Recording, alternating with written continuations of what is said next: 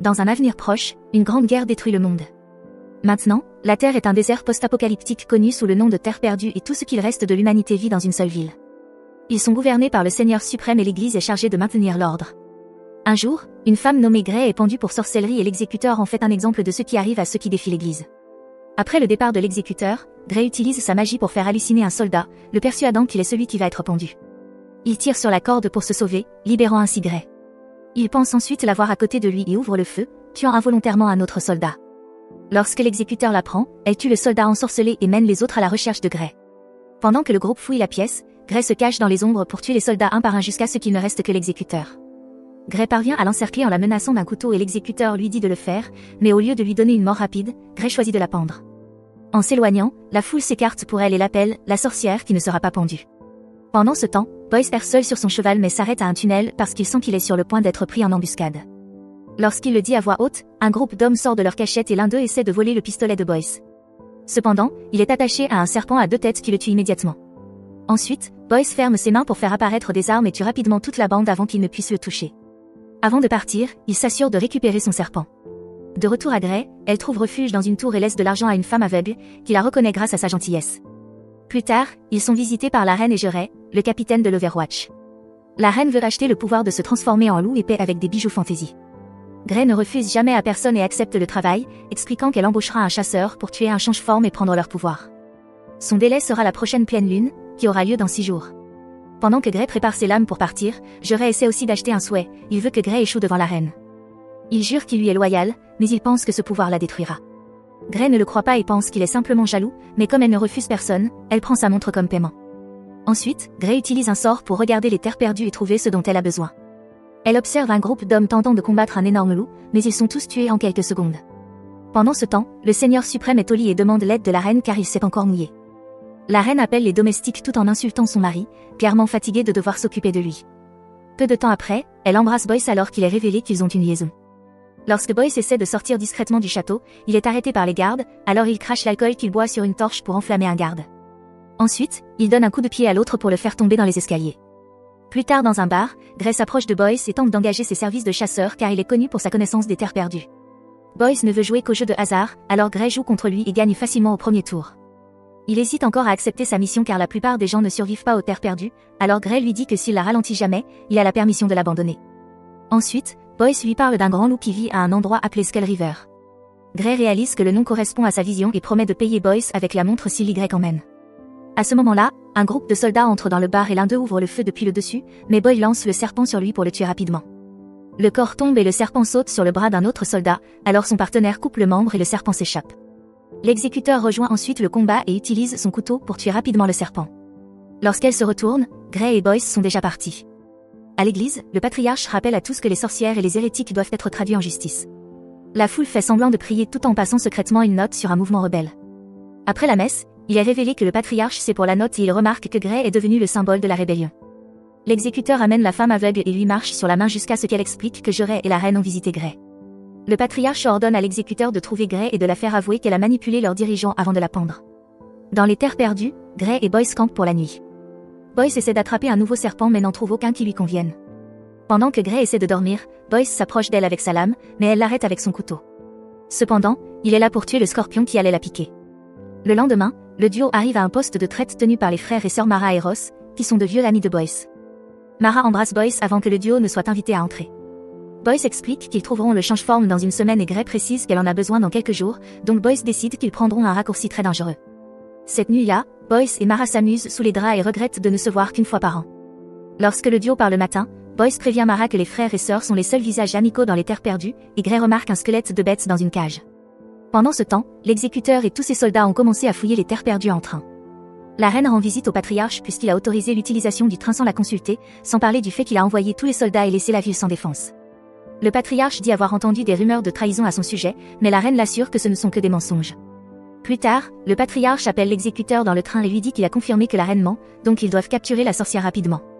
S'ils arrêtent la reine pour trahison et que le Seigneur suprême malade meurt bientôt, le patriarche pourra prendre le contrôle de la ville. Quelque temps plus tard, les soldats trouvent Ross et Mara et les torturent jusqu'à ce que Mara avoue que Grey et Boyce se dirigent vers Skull River. Avant de partir, ils tuent les frères et sœurs et brûlent leur poste de traite. Le lendemain, Grey et Boyce atteignent la faille, une ville en ruine pleine de gouffres. Ils entrent dans un ancien bâtiment avec un téléphérique et Boyce cherche le conducteur, qui donne une place à n'importe qui contre de l'argent. L'homme ne répond pas quand Boyce l'appelle, donc le duo commence à fouiller le bâtiment. Malheureusement, il découvre que le conducteur a été pendu, ce qui signifie que les soldats sont arrivés en premier. Lorsque le duo tente de partir, l'exécuteur et ses hommes les encerclent. Ils sont prêts à laisser partir Boyce s'il leur livre Gray, et montrent le corps de Mara comme preuve de leur sérieux. À ce moment-là, Mara se réveille et prononce le nom de Boyce, alors l'exécuteur lui tire dessus pour la tuer définitivement. Boyce devient furieux et ouvre le feu tandis que Gray glisse en avant pour abattre un soldat et lui voler ses armes. Elle ouvre aussi le feu, en travaillant ensemble, elle et Boyce tuent rapidement tous les hommes autour d'eux. Malheureusement, une horde de soldats cachés dans le train sort maintenant pour se battre. Boyce et Gray continuent de combattre et d'abattre autant d'hommes que possible, mais les soldats arrivent sans fin et leur nombre est écrasant, sans compter que Gray n'a plus de balles. Le duo tente de fuir, mais le train a un canon qui tire sur eux. Heureusement, ils bougent assez vite pour seulement tomber sans se blesser, puis ils courent vers le téléphérique et Boyce le libère en tirant sur l'enrouleur. Les soldats essaient encore de les atteindre donc Gray et Boyce commencent à les affronter au corps à corps pour les éloigner de la cabine.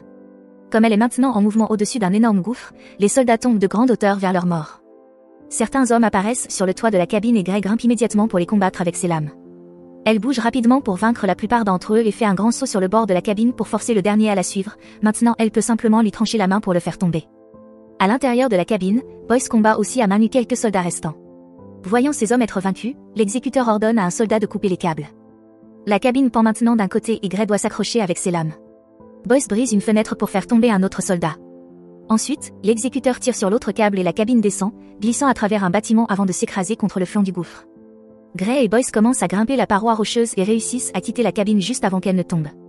L'exécuteur ouvre le feu et touche l'épaule de Boyce alors qu'il grimpe encore, mais Gray a déjà atteint le sommet et utilise ses pouvoirs pour distraire l'exécuteur, ce qui permet au duo de disparaître. Cette nuit-là, Boyce retire la balle de sa blessure et Gray la recoue.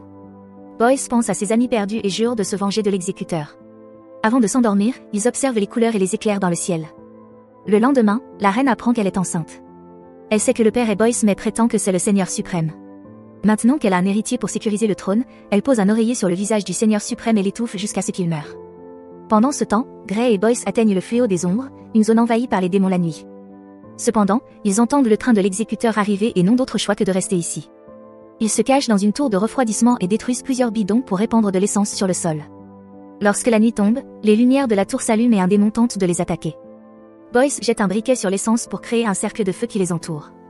Bientôt d'autres démons entrent dans la tour et le duo doit ouvrir le feu, mais leurs balles ne sont pas très efficaces. Les démons apportent une plaque métallique et la posent sur le feu pour créer un pont, alors Boyce les bloque en donnant un coup de pied dans un bidon d'essence et en lui tirant dessus.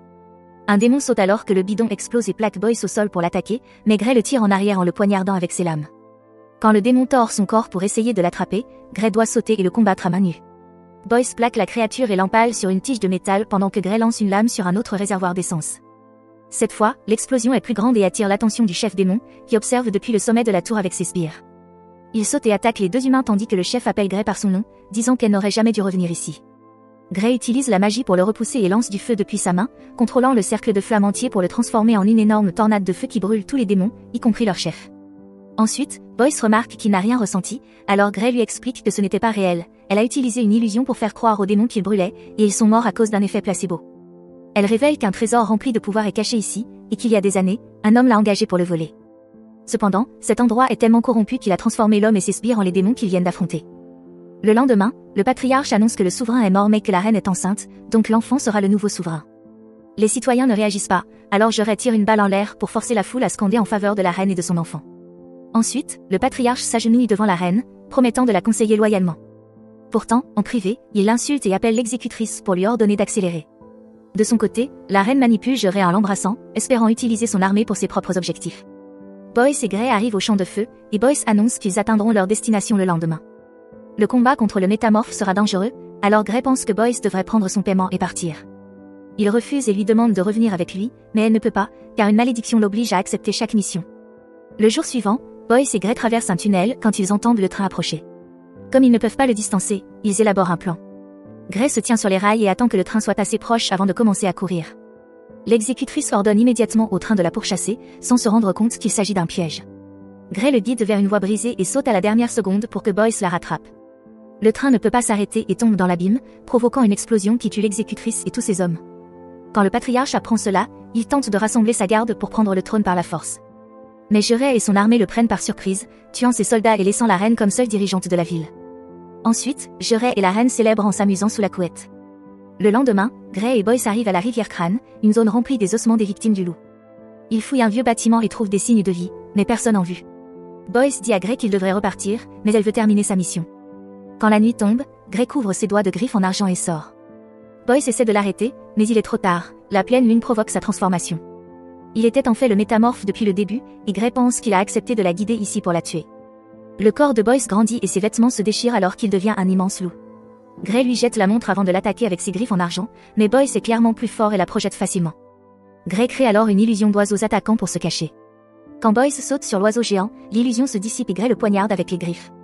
Boyce tente de se défendre, mais il est trop affaibli, et après quelques coups, Gray le terrasse. Il lève les bras dans un dernier effort tandis que Gray s'apprête à donner le coup final. Quelques instants plus tard, Boyce se réveille couvert de cicatrices. Gray lui donne de l'eau et lui dit de se reposer. Boyce s'endort, et à son réveil suivant, il se retrouve enchaîné. On découvre que Gray a caché de l'argent sous sa peau pendant qu'elle le recousait, ce qui l'empoisonne lentement. Alors qu'elle se prépare à le tuer, Boyce exprime un vœu, il veut qu'ils soient ensemble et chassent côte à côte pour ne plus être seuls.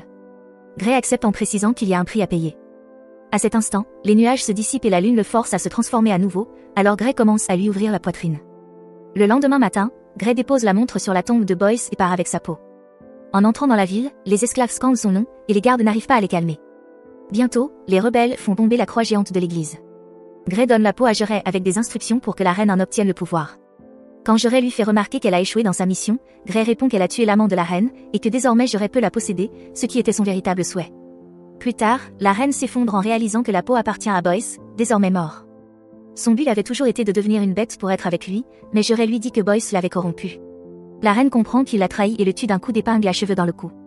Les rebelles profitent alors de l'occasion pour envahir le château et tuer tous les gardes, dont les balles ne suffisent pas face à la foule. Lorsque le soleil se lève, ils brûlent la peau jusqu'à ce qu'il n'en reste que des cendres. Au même moment, la tombe de Boyce commence à trembler.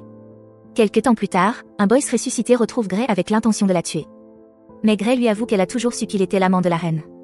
Elle a tout planifié pour que les rebelles puissent vaincre leurs oppresseurs et que Boyce survive. Il tente tout de même de tirer, mais l'arme échoue, alors il attaque au couteau. Gray esquive et leurs lames se retrouvent croisées contre leur cou. Quand Gray lui rappelle que c'est ce qu'il avait souhaité, Boyce acquiesce et désormais, le duo repart ensemble pour parcourir les terres perdues.